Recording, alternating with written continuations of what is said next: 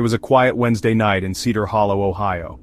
Population 5,312. The kind of town where nothing ever happens until something does. At exactly 9:06 p.m. on June 11, 2017, 17-year-old Kelsey Hart left a chilling voicemail for her best friend. The message was only 6 seconds long, but those 6 seconds would blow open a case that had haunted this town for years. Kelsey was babysitting 2 kids, ages 6 and 4, in a modest suburban home on Maplewood Drive. She'd been hired by the McAllister family, a routine gig, or so everyone thought. Kelsey texted her mom at 8:47 p.m., kids asleep. House is so quiet it's spooky lol. Her mother replied, "Don't spook yourself, sweetie, home by 11, lock the doors." At 9:06 p.m., Kelsey's phone dialed her best friend Ava Clark. The voicemail she left wasn't a scream, wasn't even a full sentence, just 6 words, barely audible under her shaky breath. "He's not supposed to be here." That was the last anyone heard from Kelsey. When Mrs. McAllister returned at 10:58 p.m., the house was silent. Too silent. The children were still asleep. The back door was unlocked. And Kelsey? Gone. Her purse, phone, and shoes were all in the living room. The babysitter had vanished into thin air. Detective Raymond Lorne was assigned the case. He described the scene as eerily undisturbed. No signs of forced entry, no struggle. It was as if she just stepped outside and never came back. But the voicemail became the cornerstone of the investigation.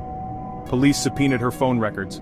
Between 8:49 and 9:05 p.m., Kelsey had exchanged 6 texts with Ava.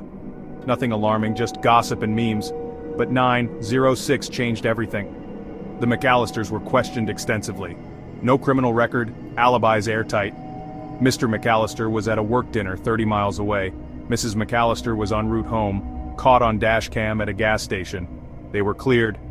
Then came the neighbors. One man, Harold Krantz, age 63, lived 2 doors down. Convicted peeping Tom in 1994. Owned a telescope. Claimed he hadn't seen anything that night. But one neighbor did hear something. A soft knock at her door around 9:10 p.m. When she peeked through the curtains, she saw nothing. Just darkness. She didn't open the door. A week passed. No sign of Kelsey. The voicemail haunted detectives. Then came the twist. A tech analyst named Jordan Reyes, volunteering for the investigation, enhanced the voicemail. Background frequencies were isolated. A whisper was uncovered, faint but clear under Kelsey's voice.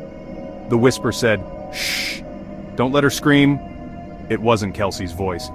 And it wasn't a voice known to anyone in the family. The case took a darker turn.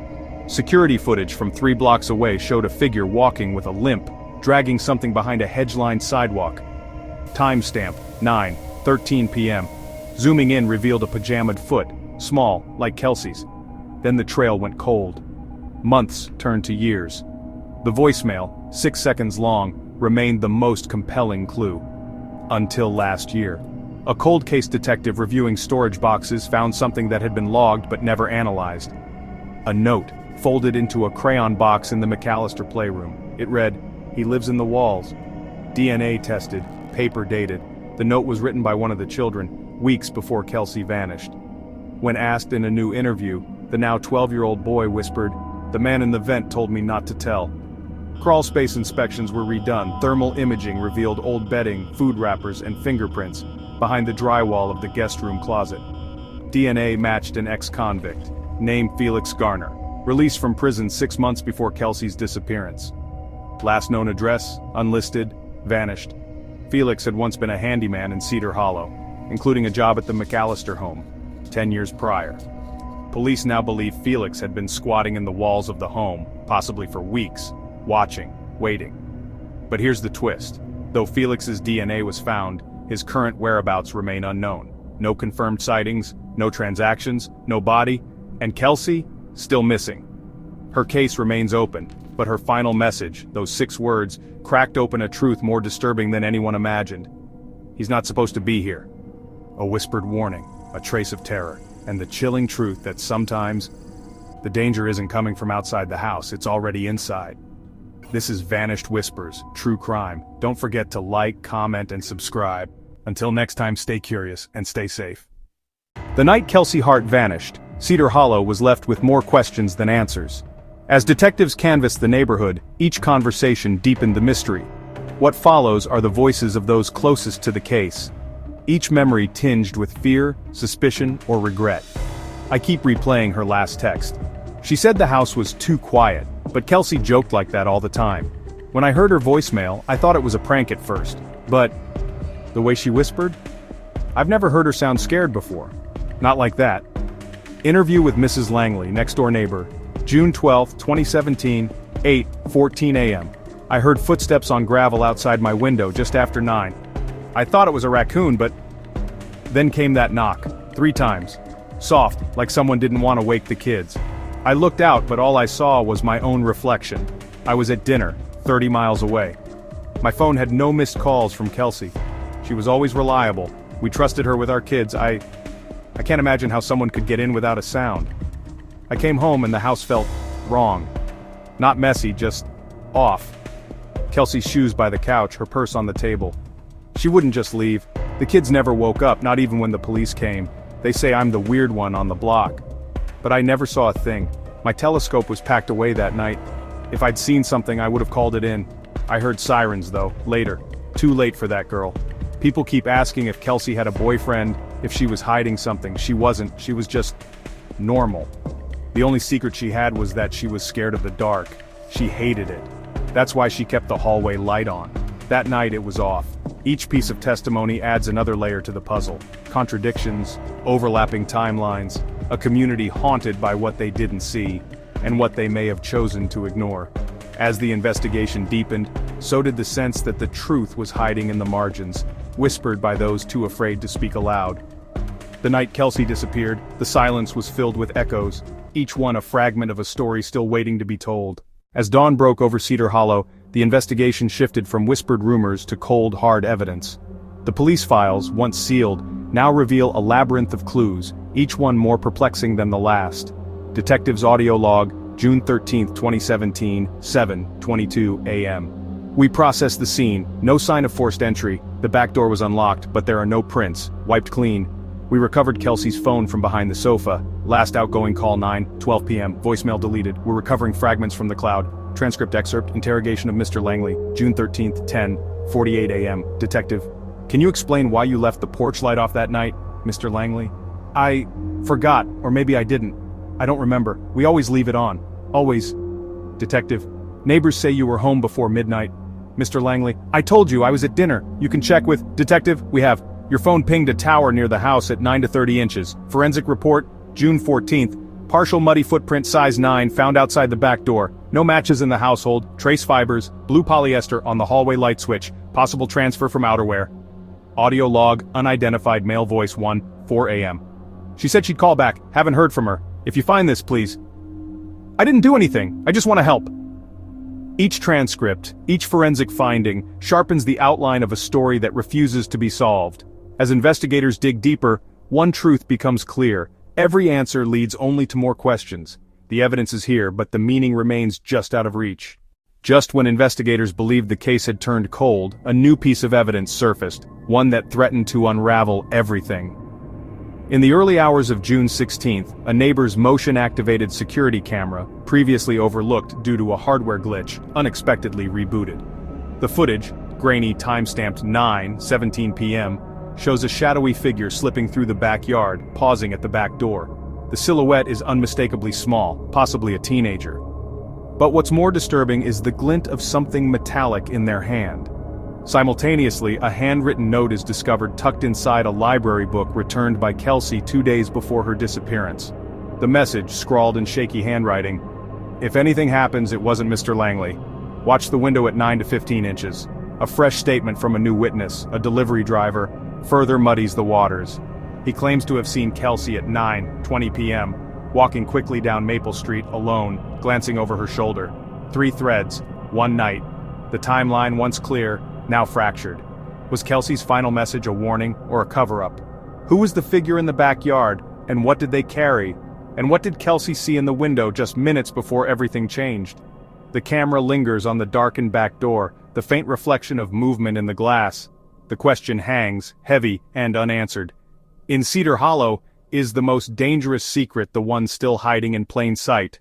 As dawn breaks over Cedar Hollow, the investigation takes a dramatic turn. First, a string of new witness statements floods the police tip line. A local dog walker, out later than usual, recalls seeing the same shadowy figure from the security footage, but now accompanied by a second, taller silhouette, both slipping into the woods behind the Langley house. Another resident, haunted by guilt, admits to hearing muffled voices and a sharp cry near the abandoned tool shed that night, but was too afraid to intervene. But the real shock comes when Detective Harris, weary and hollow-eyed, holds a late-night press conference. He reveals that an officer, under mounting pressure, has come forward with a confession. Crucial evidence, a blood-stained scarf, was found in the Langley basement days after Kelsey vanished, but was never logged. The officer claims he was threatened by an unknown caller, warning him to keep quiet if you value your family. The investigation escalates. Forensic teams swarm the Langley property. In the basement, behind a false wall, they uncover a hidden room. Inside, a collection of Kelsey's belongings, a stack of old photographs, and a locked box. When opened, the box contains the missing library book, the original handwritten note, and a second chilling message. "You're looking in the wrong place." The evidence ties together the fractured timeline, the metallic glint, the warning in the window, the scarf. But the twist is gut-wrenching. DNA from the scarf reveals a familial match, not to Mr. Langley but to someone much closer to Kelsey. As the truth comes crashing down, Kelsey's mother is seen collapsing in tears, her world spinning out of control. Mr. Langley, long suspected, breaks down insisting, "I tried to protect her, I never thought it would go this far." The community reels as secrets, long buried, claw their way into the light. And just as the answers seem within reach, a new question emerges. The final seconds of the security footage, recently enhanced, show a third figure lurking in the shadows, face obscured, watching it all unfold. The screen fades to black, the music swells.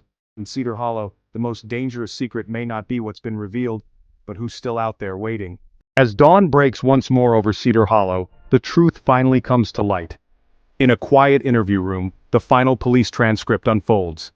It was never supposed to happen. I thought if I just kept quiet, no one would get hurt. But when I saw Kelsey that night, scared and alone, I panicked. I hid her in the old storm cellar thinking I could buy time to fix everything. The calls, the threats, they were all from me. I wanted to shift the blame to keep my own secret buried, but I see now, I only made it worse. We have recovered Kelsey. She was found in the storm cellar, frightened but alive. She's safe and receiving care. The true perpetrator, a trusted neighbor, has confessed.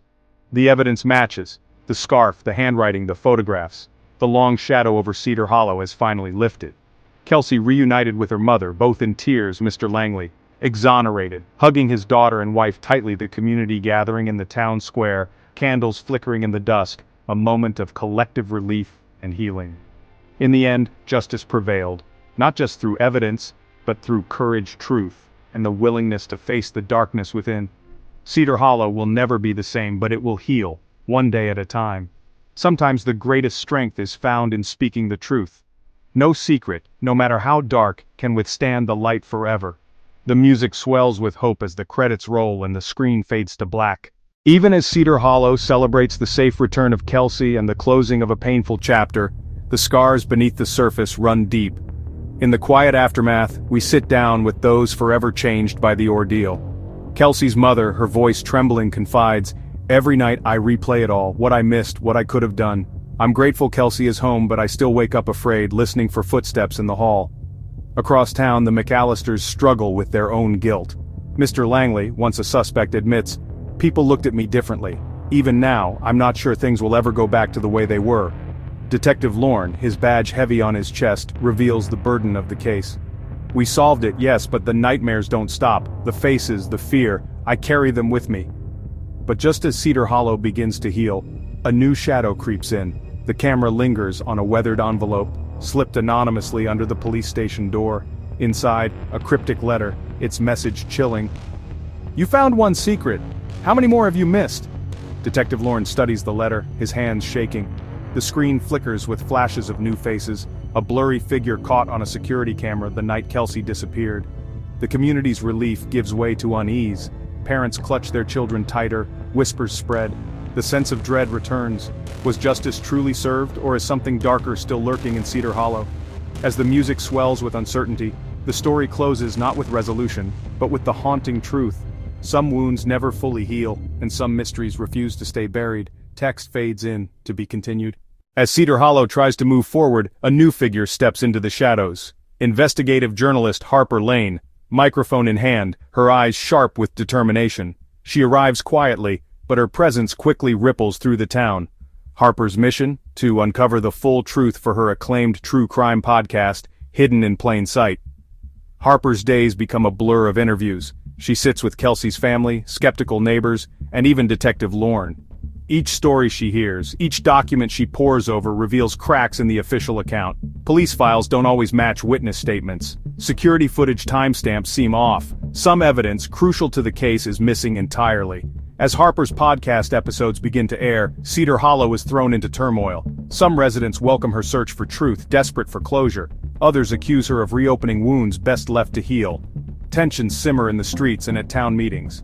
Anonymous notes appear on Harper's motel door. Leave it alone. Her car tires are slashed. Still, she presses on. One night, Harper receives an encrypted email. The sender claims to have proof of a cover-up, files never entered into evidence, implicating someone with close ties to the investigation. As Harper deciphers the files, her pulse races. The documents point to a name no one expected, a respected member of the community whose alibi suddenly collapses under scrutiny. The final moments of the chapter play out in silence, save for the pounding of Harper's heart. She records her closing thoughts. In Cedar Hollow, the truth is more elusive than ever, and now, everything we thought we knew is in question. The screen fades to black, a single question lingering. Who can you trust when the shadows tell more than the light? As the dust settles, the echoes of Cedar Hollow's tragedy linger. Three voices, entwined by fate, drift through the silence, each haunted by a different truth. I replay that night in fragments, a laugh, a shadow, the ringing phone. My memories are puzzle pieces that don't quite fit. If I close my eyes, will I remember what I missed, or will I just see the darkness again? I've seen cases unravel before, but this is different. Every answer breeds another question. Did I overlook something? Did I want to? The badge feels heavier now, weighed down by the things I wouldn't see. I came here chasing facts, but found a labyrinth of secrets. The closer I get to the truth, the farther away it slips. Who am I to decide what should be exposed and what should stay buried? What if the real story is the one we're too afraid to tell? In Cedar Hollow, the shadows never truly lift. And as the night deepens, one question lingers. If the truth is lost in darkness, will it ever be found? The story ends, not with fear but with hope.